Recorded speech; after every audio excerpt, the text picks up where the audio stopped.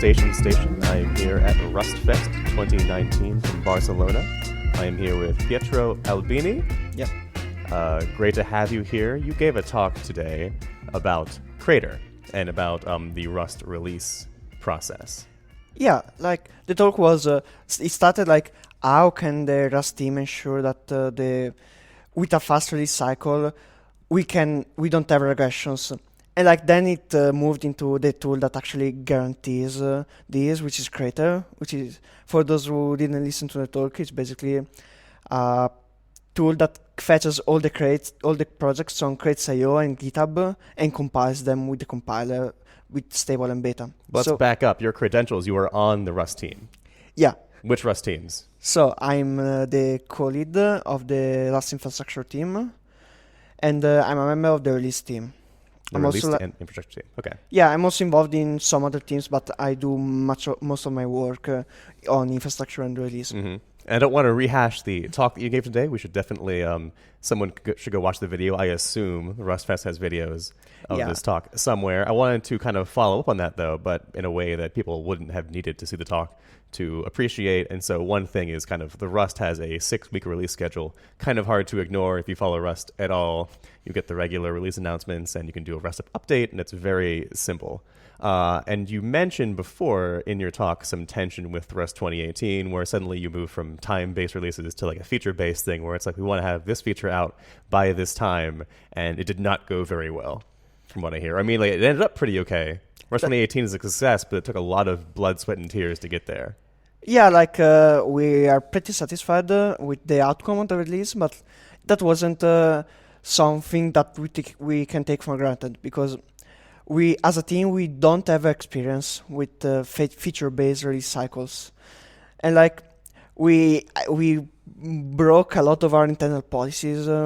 Like we made a lot of changes close to the stabilization or even directly on beta, and so like it's something that the whole team felt a lot, and we learned a lot about that experiment, because we started working on the edition late. I think we started planning it by the mid to end of 2017, and so like we didn't really have much time to actually get the work done. So the period that would have been reserved to just test the stuff, fix regressions, was really squeezed in at the end of the cycle, and we mostly forgot about that for the most part. So if we actually end up doing another release, which I don't know if we have made a decision yet whether to do a 2021 edition. If we do that, we are surely going to take things more slowly and learn from the mistakes we made in the past.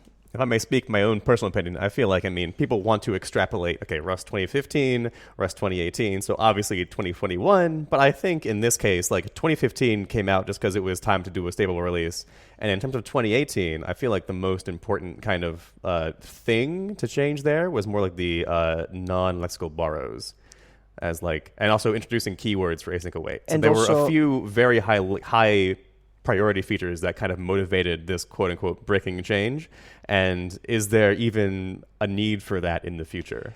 Like, I'm not aware of one. Like, I think most of the team members have their own little wish list of maybe some small things that they love to change, but like, I don't think we have as many changes, as many possible breaking changes for our 2021 edition, like we did for 2018. Like 2018 also had the whole module system revamp, which improved the learnability and usability of the language as a whole. And like we don't really have that many headlight features to go with the edition. So I would say don't feel pressure to, let's not try to assume there's going to be a Rust 2021. Maybe in the future when we batch up enough things that could be breaking changes, it would make sense. But in the meantime, just let's try and there's a great talk today on burnout by Caterina Fay. And I think it shouldn't really go into like open source burnout. It was more about corporate company burnout for programmers in the industry, but it definitely applies to open source developers, even including especially Rust developers who work themselves very hard. I mean, like one other point of the edition was also not just to have a way to make breaking changes, but also to be a sort of rallying point where we can sort of celebrate all the features that we introduced since the previous edition. True. And more for a marketing point of view. And like then I personally think those are still really useful things. Like all of this is just my personal opinion. Is not something that the whole team agreed on. But like I don't know if you reusing the edition mechanism to actually make those changes is good. Like we might want to figure out another mechanism, I guess. Mm-hmm. And it might even be a more frequent thing if you can find like ways of doing it that aren't breaking, but you still want to celebrate a certain period of time. Like maybe, for example, when if Rust recently just released or stabilized the async await feature, and so, but there's still plenty to do with regard to things to add standard library, language features like async closures, that kind of thing. Maybe when that's all done and wrapped up, you can have like Rust 2020X, where here's like, let's celebrate all the async stuff we've done, but more of a marketing thing than a technological thing. So that sounds great. I wanted to talk to you about, you showed a slide at your talk today about showing different languages and how often they release, where like Python 18 months, Java 1 year. That's a new thing, even the 1 year release cycle for Java. And most languages are at 1 year, some are at 6 months, Rust's at 6 weeks. Kind of with like, showing up with web browsers, and even Firefox is moving to an even faster release schedule, 4 weeks. Do you feel any pressure to move to a faster schedule? Like honestly, no. Also because like it's we are sort in a comfortable spot where we actually have the time to test the release to make sure there are no breaking changes. And like right now, if you look at except 1.49 when we actually added async await, most of the releases don't have a lot of groundbreaking changes. There are incremental changes that make the language better, add new stable APIs to the standard library, but like we probably don't even have as many features to ship in a faster release cycle.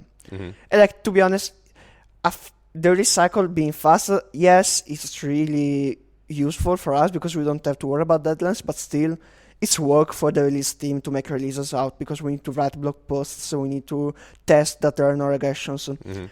So with a release team that's only made of volunteers, we need to be careful about switching to a faster release cycle. At the same sense, then, does that maybe imply that a slower release schedule is what you want? Have you considered maybe moving to an 8-week schedule instead of a 6-week? Would that give you more time to test, more breathing room for beta testing, that kind of thing? Like, I think we are in a sweet spot right now. You think so? It's like 6 weeks. The first time we picked it out, it was perfect. It was just like, ideal. I don't know if it's perfect, but like it works. We don't feel in the release team. I don't feel like there is much pressure. That's good. And like we are good at doing this. Or nowadays we have processes, we have roles inside the team. Who gets to write a blog post? Who gets to review it? Who does backup posts? And so like I don't really see a reason to change that. Honestly. Yeah, one of the themes I guess of this RustFest is like avoiding burnout, and as long as the team itself isn't too stressed out or pushing themselves too hard, because they're all just volunteers, so people have to get on with their lives, their work, and their personal lives.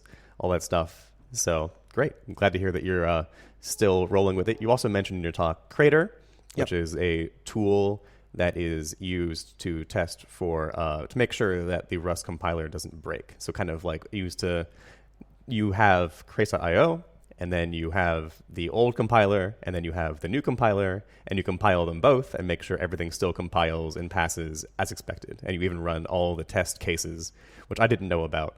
On all the crates.io crates. Yeah.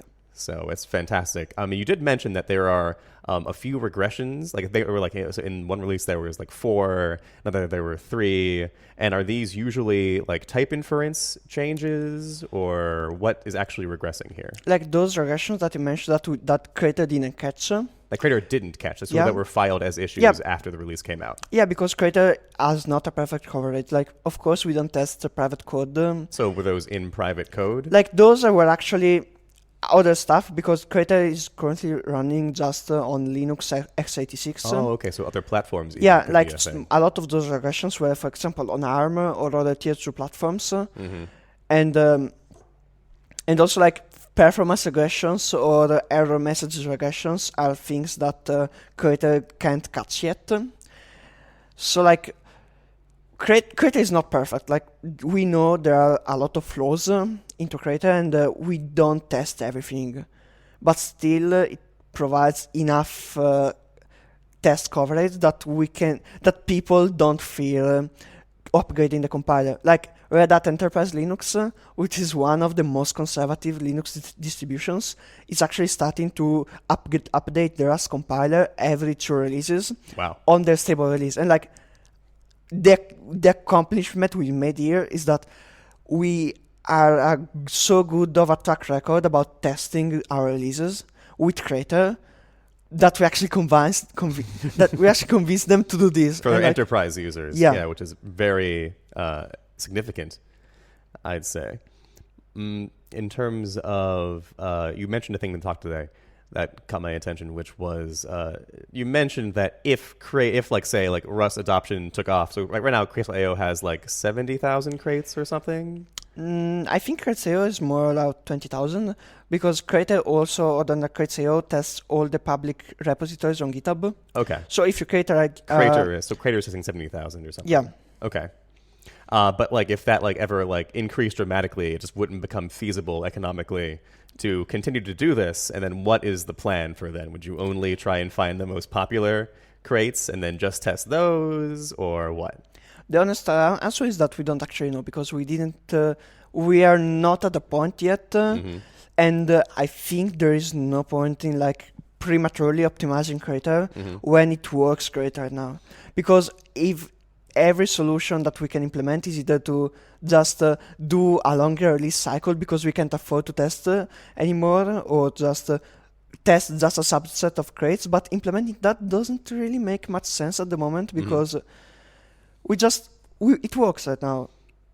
Do you have a threshold where you feel like, so for example, right now you said doing a cargo check on every crate in Creator takes like 3 days, and a full cargo build and test takes like an entire week for one thing. And so at what point would that become too slow? Would you actually pass the threshold where you would need to say, hey, to the team, this is getting too slow, we need to come up with a plan? So the plan right now, if it gets too slow, is to actually get just more machines, because we are still at a scale where we can ask sponsors to get us some virtual machines where we can run the tests. And is that the Microsoft sponsorship I saw recently? Like we have, at the moment we have 2 different agents. One is sponsored by AWS and one is sponsored by Microsoft. And there are other big companies that I want to give us agents. Okay. But like we still don't need them, so we don't want to just waste resources. Fair. And like Creator, my personal limit is like if it takes more than 3 weeks. Like if it takes more than 3 weeks to do a full test, it becomes so useless because then we don't actually have the time to prepare the fixes for the regression it found. That's a good point. But like we use Creator not just for regressions, but also when we get a pull request to the Rust repo that we think is probably going to break something, we actually run a separate Creator run just for that pull request. And so like if we get to a point where the Creator queue is too big, we can just tell the teams to stop doing those pull request runs. Okay, so you did mention you have good utilization currently of all the machines, where it's pretty much always someone's in line waiting to do something, but you have priorities where, hey, we're doing stability stuff, like hold off on these PRs for a while. Sounds like you have a really good system for making sure you have like enough machines, and you have plenty of room to scale still with adding more machines and tolerating more delays. So it seems like you're pretty good from where you're at. I mean, I think plenty of people still balk at the idea of, I have to wait a week for my results to come back. But I guess if you're like, it's not that unreasonable to say, hey, like this is the stability of an entire project with a big, huge library ecosystem involved. And so it's worth the time it takes to check. And also, like, if you are a developer on the Rust compiler, you are sort of used to wait a lot. Because, like, we have our CI is pretty slow. Like, we have, it takes 3 to 4 hours at the moment to do a single test of a pull request. And we merge one pull request at a time. So that means that we have a theoretical maximum of 7 pull requests we can merge in a day.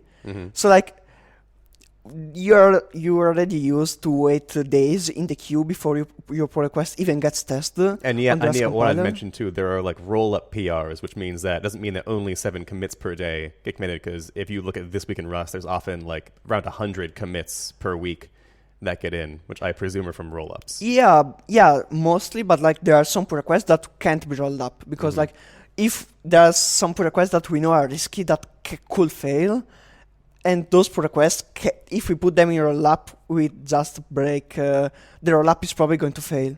So like there's a lot of people, especially if you do performance improvements or CI improvements, you are pretty used to waiting a lot of time to get your pull request merged. Like I guess if you're a Rust developer, you're sort of used to that. In the infrastructure team, we try to reduce those times, but like there is so much we can do with the resources at we some have. point you just know more you can do in terms of you guys need to like it's the compilers teams job to try and find ways to make the compiler faster, I guess, or everyone's job as compiler teams. It's implementation. So, but yeah, great. Thanks for talking to us. Is there anything else you want to say or shout outs, or how can people get involved with infrastructure or any of these other teams?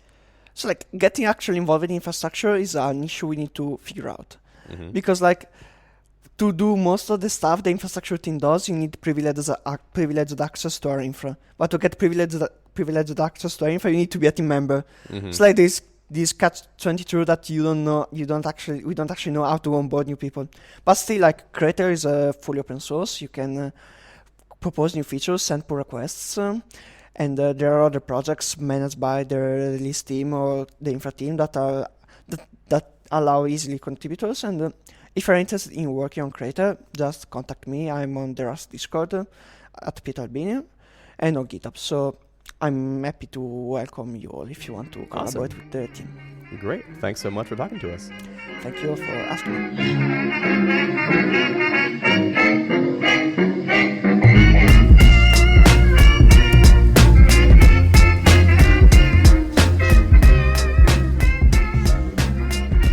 Welcome to the Rustacean Station podcast. I am Ben Striegel, live at RustFest.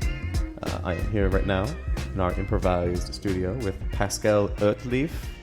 It's very close. Try Hertleif. Perfect. First try. Excellent. Brilliant. I am German by origin, I suppose. Thousands of years ago. Yeah, makes sense. It carries down in the genes. So you are here at RustFest. Yeah, long-time listener, first-time caller. I'm very glad that you're having me. What song do you want to request? So see, last night at karaoke, we never did Wonderwall, did we? We could do it right now. Actually, is it possible to get copyright striked on your podcast? Because we might sing it so well that it might be indistinguishable. Unlikely, I mean, you did invite me and not someone who can actually sing. True. But we can try. We'll say that for the extra content after the stinger at the end. Yeah. Looking forward to the auto-tuning. So, you are the lead of the DevTools team, I hear. Yeah, I'm indeed this year. It's an interesting team because the DevTools team, in contrast to many other Rust teams, and there are a lot right now actually, is not a team of people who just happen to work on DevTools. Since Rust is actually in a very good position of having a lot of different tools that help developers out in their daily usage of Rust. We decided to structure the team in the way that the actual leads of the sub-teams that manage the tools are part of the DevTools team. So it's like an umbrella corporation of the sub-teams, which is interesting because right now I am technically only responsible for the RustFix tool, which has, to be fair, not seen a lot of action this year. But my role as a co-lead in this team is basically boiling down to facilitating meetings and talking to people about what they're doing and how we can work together to make tools interoperable. And what tools besides RustFix fall under the purview, the umbrella of the DevTools team? It's a long list. Let me try. So Cargo is on the list. RustUp is on the list. RLS, the Rust language server, is on the list. There are a few smaller ones. For example, BindGen is technically also on the list. Clippy, and I'm forgetting at least one compile test. And don't Cargo and some other ones possibly have their own teams, or? Yes. Okay. Cargo especially is like a very large team of people. In contrast to, for example, BindGen. That's a project that is progressing at a very slow pace compared to all the features that Cargo has. It is doing one thing and not the whole of package managing. So you say that RustFix hasn't had all the development this year, but does it really need it? Is there, like, after the edition came out, is there much to be fixed? Ideally, yes. But the fixing itself is pretty trivial, actually. It is reading the compiler diagnostics output and applying it to files. So that is what RustFix does. The source of the diagnostics output is in rustc or in Clippy, and that is what actually provides the fixes themselves. So we as RustFix just apply them. And there is one big open issue, and that is having the ability to fix diagnostics that span multiple items. So, for example, one good thing is Rust provides the default trait. So when you implement a method called new, and it takes no parameters and returns self, you pretty much always instead want to implement default, and maybe still keep new as just calling default, because then every container or method that takes a thing that implements default can use your new type. So one of the Clippy suggestions is when it sees a method called new without parameters returning self, it wants to tell you just basically implement default. And it can do that by copy-pasting the function body of new into this impl block for impl default for your type. That involves two parts though.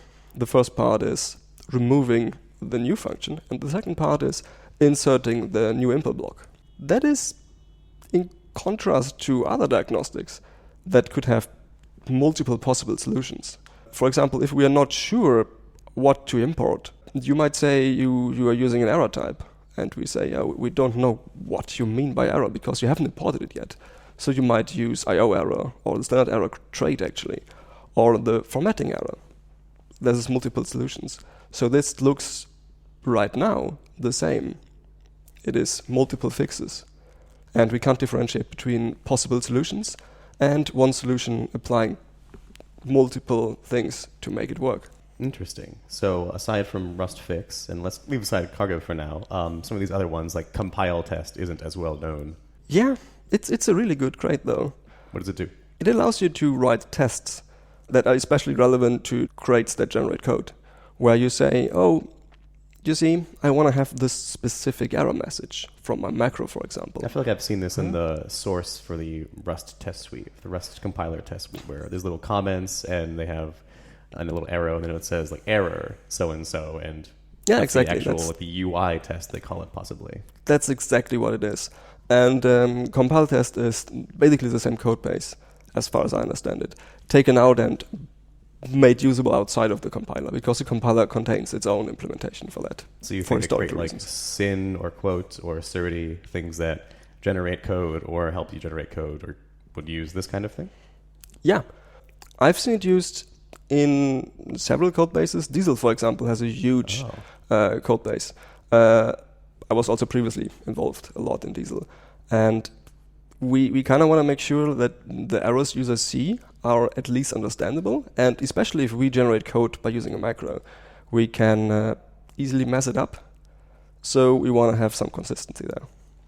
That's a great idea, actually. So often one of the downsides of using macros is you make errors way more opaque, but if you can test for that and do have a regression test where our errors got worse, that sounds like a fantastic thing for usability. Yeah, exactly.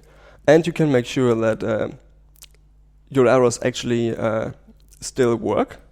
Like you don't want to generate code that suddenly allows something that was explicitly forbidden. So what else did you want to maybe signal boost of the things that you listed? Especially RustUp has in the past few months seen a bunch of features. Like the latest release, for example, contains there's this awesome possibility of you saying you want to update your nightly version, but you require Rust format and Clippy to be there.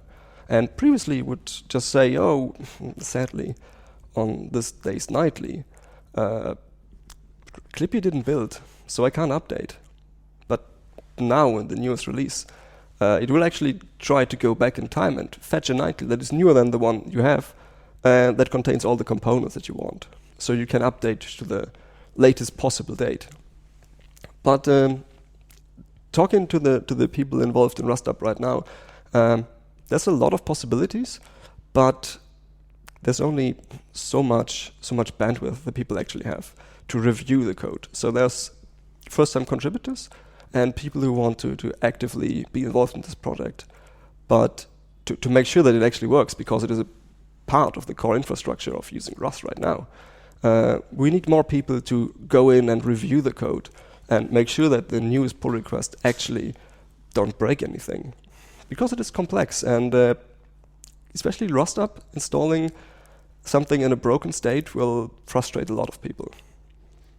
You mentioned RLS. I think that I've heard recently is a tool called Rust Analyzer, and I've heard kind of referring to it both as a replacement for RLS and even potentially for Rust C. And we can get into that in general, but can you tell me what Rust Analyzer is? It's not part of the DevTools team, but you know what it is. I know what it is. I'm not sure I can precisely represent the current status of the project, but I'll try. Take it with a grain of salt, and don't trust me on the small details.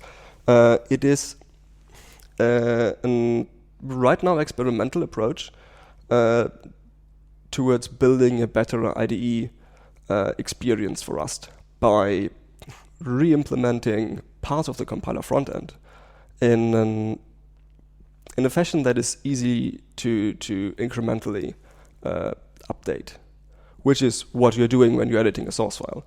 You don't just paste in like a new module and it's perfect the first time. You add lines, you want to have auto-completion, and the compiler right now it does have support for incremental compilation, but it historically has not been architected in the way that it is easy to query what is actually going on and to incrementally update the trait resolution, for example. And people felt like it would be a good idea to implement an experimental way to do that outside of the compiler, with the intent of figuring out which parts actually work and moving those back into the compiler. So as I understand it, the tokenizer, for example, is shared right now between Rust C and Rust Analyzer. And do you think that isn't that kind of what RLS was designed for? The whole like incrementally updating things, especially with the IDE use case in mind. I guess so. It always sounded to me like it was targeting the same goals. But as far as I can tell, the technical implementation is different. Like it is using the compiler as it is right now and trying to tweak this source code that we have in the Rust code base right now to emit analysis data, while Rust Analyzer is going from the other side of saying like, okay, we can have these components that do trait resolution or macro expansion and rebuild them in isolated environments and make sure that we can now incrementally update macro expansion, for example. And ideally, they work together really well, because the changes made to the compiler to accommodate RLS go in the same direction as the designs chosen to implement Rust Analyzer. Very cool. So kind of they might just naturally fuse into one thing over time as enough things get imported from Rust Analyzer into Rust C. Exactly. So pretty cool. As a lead of a team, like you say that your job is mostly to coordinate meetings, but can you give me an idea for people who have never like seen a Rust team in action? Like what is it actually like? How many people show up to a general meeting? Like where do you meet? How long does it take? Oh, that's a tough question, especially because the DevTools team feels like it's kind of special in this way, because I expect the community team, for example, to act in a very different fashion, just because they're tackling different topics. We mostly do, right now at least, these check-in meetings, where we basically just go through the list of sub-teams we are composed of, that is the tools that we want to maintain, and go around and ask like how everyone is doing, what they're busy with, whether they need help, if they maybe need to talk to some other people from other teams, and just make sure that there's a good flow of information going. And the way we do that is right now in like a monthly meeting. We sometimes do this over video calls, sometimes just in the Discord channel, and it is pretty informal, I'd say. I can't speak for larger teams. Like for example, the language team is way larger than we are, and they have a bunch of very different topics they want to tackle. So I expect them to act in different ways than we do, but it is kind of nice to feel the connection between all these people, and that is what the team stands for, basically. That is not just someone who randomly says, oh yeah, actually I wanted to have this feature in cargo. There is a team that is responsible for making sure that the features compose nicely, and then it kind of bubbles up to the next layer of teams, in this case the DevTools team, or in other cases the actual core team, where we make sure that across the whole project this is harmonious. Very cool. Now you did show up here with an entire notebook full of notes. Is there anything that you wanted to talk about? Well, it is a long list, I have to say, and basically it is also the same list of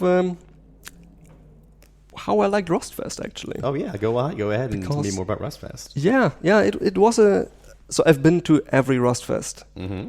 Starting from the first one in Berlin. I actually talked at the second one in Kiev. I was the MC in Zurich, and it just kept going. So I kind of feel like I can always get the same vibe from every RustFest, because familiar people show up, cool stuff happens. The community always goes in with this expectation of there is always one more project that we haven't seen that is really impressive, and we want to give some new person the chance to go in and say, by the way, I'm doing this, and if you want to help out, feel free to join in. And that is really nice. So this RustFest specifically also felt like this has scaled up by quite a lot. Like, it is the largest RustFest, as far as I can tell at least. It was, I don't know, 400, maybe 450 people. So you really felt like this is on a larger scale than the 100 people, maybe 80, I don't know, who showed up for the first one. And it is quite humbling to see that this has, that Rust has this impact, and that people show up because they actually, like right now, work in Rust, and because they see this as a language where they can immediately go in and say like, oh yeah, this all exists, I'm gonna do my next project in Rust, because why not? A lot of people are still hobbyists, of course, but you get the feeling that it has become a bit larger than just the core interest is programming languages, and Rust seems to fit the bill. Rust is a household name maybe to a lot more people now. Great. I imagine in the first RustFest there weren't quite as many people using it at their jobs. Yeah. So very cool. All right, and then next one's in the Netherlands. So will you be there too? I will try to be there. You got a streak going. You can't lose now. Yeah, that's kind of the thing, right? I mean, I'm gonna make sure that there will be at least someone that looks like me and maybe talks like me, and maybe also will sit with you and do another episode of this podcast in the Netherlands. But I can't promise it's actually be me. Pascal, for example, yeah. Yes. Like I can't tell you who I'm next year, right? So True. All right. Well, is there any last words? I'm actually using Rust in my job now. Oh yeah, that's right. So this also feels like maybe that's why this RustFest feels also different, because I'm not just going in there paying for myself and everything, but it feels like a thing that is related to work now. Yeah, I watched you expense your tapas last night. So that's what I did. Yeah. It was a company dinner, and I hope we can actually hire you. if you haven't noticed. We'll see. I mean, Sweden's very nice. Yeah. Some time of year, maybe not this time of year, but I mean, if you really need the sun, I guess you can always fly out to Barcelona. True. Right. Very nice. So, all right. Well, thanks for being on. Yeah, thanks for having me. All right. Let's 3, 2, 1. Today is gonna be the day when they're gonna throw it back. You're to not even you. playing the music. I don't have a guitar on me. Oh, I'm so Next RustFest, okay. bring your guitar. Okay. All We'll right. do that. We do it then. Yeah. See you around. See ya.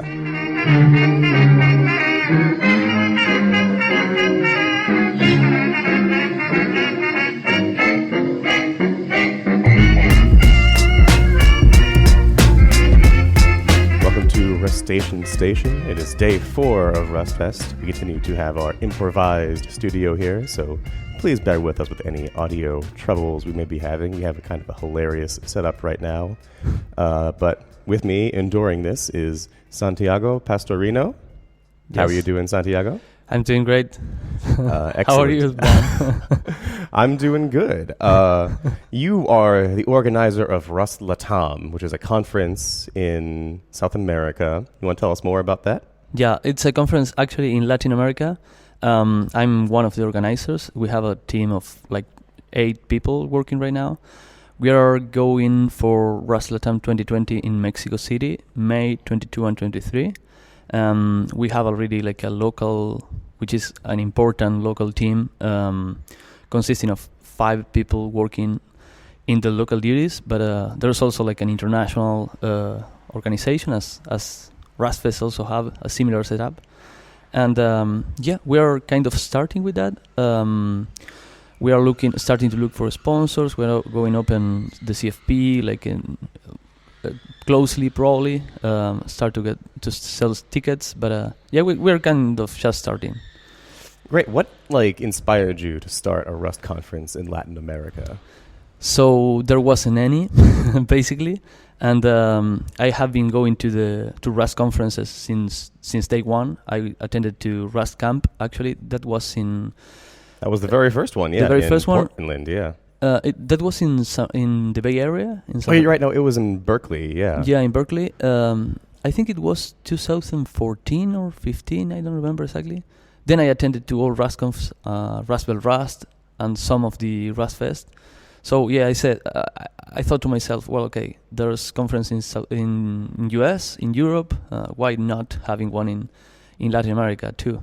And I knew there were a lot of people active, more or less active in the community from there.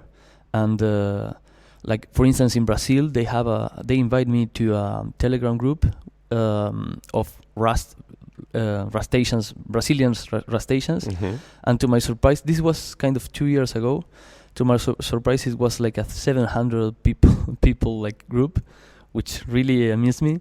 Then there is a huge community in Mexico too. In Argentina, there's people. There's people doing some Rust like everywhere there. But we are kind of growing or wanting to grow the community in Latin America. Yeah. How big is Rust Latam? How many attendees do you have? So the first one was in my country, which is very small country. We have 3.5 million people living there. So we kind of made so the decision was to do it there. It was because it wasn't the only place that I could run the thing. But actually, we may have preferred, like from the attendees perspective, to do that in Brazil. Maybe we would have way more people, but actually we had 200 people. That's really good. That was your very first Rust Latam? Exactly. So yeah, probably in a place like if we do that in Brazil, we would get way more, I'm pretty sure. So But yeah, like we complicated ourselves by making that decision, but it ended up turning like very well, very nicely. So. Yeah, well, 200 for your first conference is great. Like Rust Camp, the very first one had maybe 100, and that was all of the core teams celebrating 1.0 back then, and even RustFest, so their first one was only 80 or so people. Yeah. So yeah, it's doing pretty good. Yeah. So, you mentioned doing it in Brazil. Do you have any what is the overall community like in South America in terms of like Portuguese speakers or Spanish speakers or any of that? I think proportionally, like Brazil is a huge country and a lot of people, but there is, the strongest community in Latin America is like the Brazilian one for sure, but there are like from the Spanish speaking, that are the rest actually.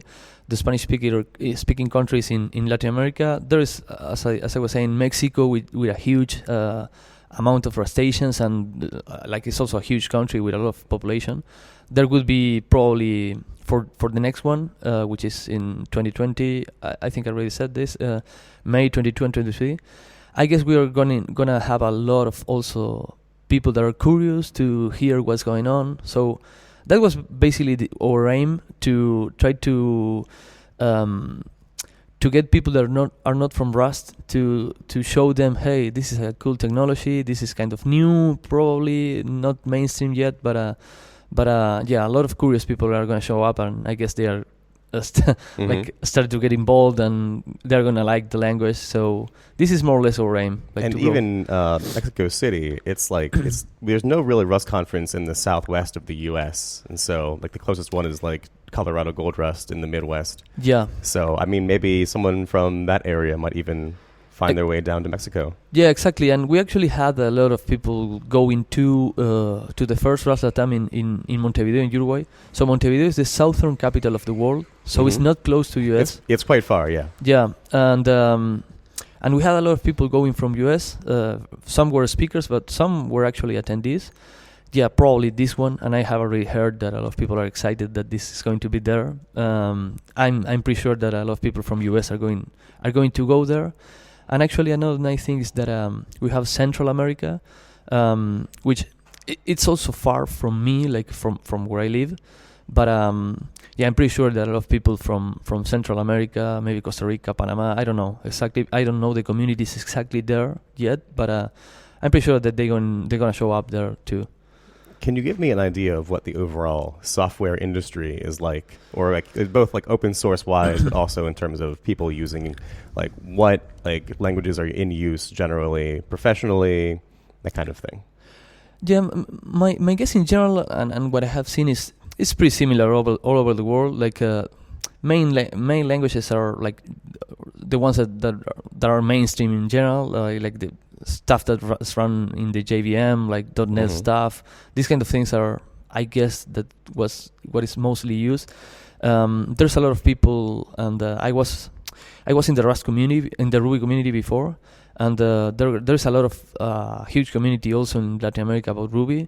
There is a lot of people doing Elixir in my country also, but also I know that there is an Elixir conference, Latam conference that was in Colombia, I think. So in Colombia there is also a lot of people like doing very very nice stuff, and like using kind of not really mainstream languages, kind of new like Elixir, and there's a lot of people doing Go, and I guess it's more or less like everywhere else. But I guess Elixir, is that from Latin America? I'm not sure. I think do you know who the creator of that is? Exactly. Yeah. Do you remind me about that? Yeah. The creator of Elixir is José Valim.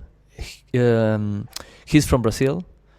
I think he's living in US now. He used to live in Poland. I know him from the Rails community, the Ruby community in general, but he used to do Rails work, and he was in the Rails core team. So I used to share like work in the Rails core team with him. I remember when he started doing the building the language. But yeah, it's originally from his company, like out of his work, and but it grew a lot in US mainly, and then like a lot of people starting to use it because there are some startups like investing on on Elixir too, Mm-hmm. and I think that's spread like everywhere else. So yeah, but Cool. And then after Mexico City, is there something you have in mind for the future? Do you want to share, or is it a secret? no, there's not such a secret or anything like that. Like what we're trying to do is to have like the people that are involved in the organization of the next edition. So this one, the Mexico edition. We have people from Argentina, from Brazil. I don't know if somebody else is gonna join us too, but we're probably going to have the next one in a place where we had already organizers. So right now it's Argentina or Brazil. But yeah, like if we keep doing that thing, it's probably gonna be in Argentina or Brazil, I guess. Very cool. So what do you do with Rust, and how did you get into Rust? I got into Rust like first I was doing Ruby on Rails, and I have a consultancy company. We do like general like web development with Ruby, Elixir, and JavaScript. But yeah, I started to get. I always liked low-level programming, and I started to see Rust as a side thing for a long while. When I was going to Rust Camp and these conferences, I was kind of just taking a look at Rust and decided to go to the conference to see what it was like. And I always liked it a lot, the community and the ideas that are in Rust. I enjoyed like the way things are done and the values that the community share. So yeah, I mean, first I started to like the Rust as a like the idea behind Rust in that you have like a way to do low level as you do with C and C++, but in a safe way, and like the type system and all these things. I started to love that those things. Then like given that I was working in web development, and mainly at that time like I mean, it's debatable if Rust is suitable for web development in my opinion, but yeah, like I started to enjoy more doing more low-level stuff rather than what I was used to do. So I got involved in the community. I started to contribute to projects, in particular to the compiler. Yeah, that's mostly what I have spent working on, the Rust compiler and like trainings and giving workshops or talks and things like that. But I guess actually I remember one of the ways that I first saw you working on the compiler was during the 2018 edition cycle. You were instrumental in helping to push the non-lexical lifetimes forward, and that was one of your first contributions. You were kind of just like, hey, I want to dig into this very like low-level part of the compiler. Let me just try this. And everyone was like, yeah. Very helpful. Like during Rust, there was an impl days. Mm-hmm. Like it was a couple of days or 3 days, I don't remember. And Nico was there. He wanted people to contribute, so I joined him. And we were working. Yeah, he was like kind enough to share a lot of knowledge with me. Yeah, Nico's great. yeah, it's great. And yeah, like I had the opportunity to work with him and learn from. Like he has been doing Rust since a long while. Pretty much as long as it's been Rust. Yeah. Yeah, and also like from the perspective of a person that knows a lot about compilers, like it was great for me to be with him. Like I started compilers like since a long while in university, but I mainly spent most of my professional career working in a different field. So it's kind of, I don't know, when I came back to this stuff, it was kind of, everything was new to me anyway. And yeah, like in the way you study things in the theory, like and a very high level, then like this compiler doesn't work exactly the same as described in this kind of books or this kind of courses. But yeah, this was the way I got involved, and I still spend time doing Rust compiler stuff and I think it's a great success story of people being onboarded or mentored, and kind of how people can contribute. So this is great about the community. There's a lot of people willing to mentor you if you want to do something, and like as much as I can, I also like to share some a bit knowledge that I may have. So there's always somebody around that is interested in help getting people on board in projects. I think that's what makes one of the things that makes this community great. There's people that that are really curious and they like to investigate things, like reach the best solutions possible, and also are kind of people, generous to share knowledge, and I don't know, like trying to, if you're maybe you don't know something, or you're stuck working in some particular thing, there's always somebody that's willing to help you. Is there any kind of like native Spanish-speaking or Portuguese-speaking Rust community that you know of, like a forum online or some kind of chat channel? Yeah, in Portuguese, what I was saying, this Telegram group, and like I was invited there at some point, and I used to share like the space for some days. I know there is a group, an Argentinian group too. They are 50 people, like. And I'm there too. There are meetups around everywhere. I run the Uruguay Rust meetup, but yeah, like not huge communities still. It's kind of, we're in the phase of like growing the communities around, and this is why, like, I think something like Rust Latam is important. So we like.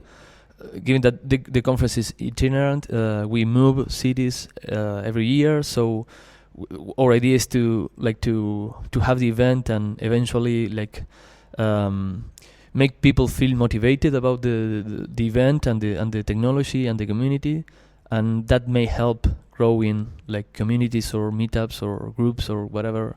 Great. If someone wanted to get involved with this community, or if they wanted to watch for Rust Latam's CFP or know more about it, do you want to plug some websites that they can look at? Yeah, we have a rustlatam.org, and there is the Twitter account, rustlatamconf. Yeah, we probably going to share like everywhere we can, like also in the users group from Rustlang. But yeah, we're going like to spread the word like in all the possible channels that we have. So if people is taking a look or following the Twitter account or reading users Urlo, they're gonna figure out when things happen. We don't know exactly when we're gonna open the CFP yet, but yeah, just keep an eye on that and you will see it.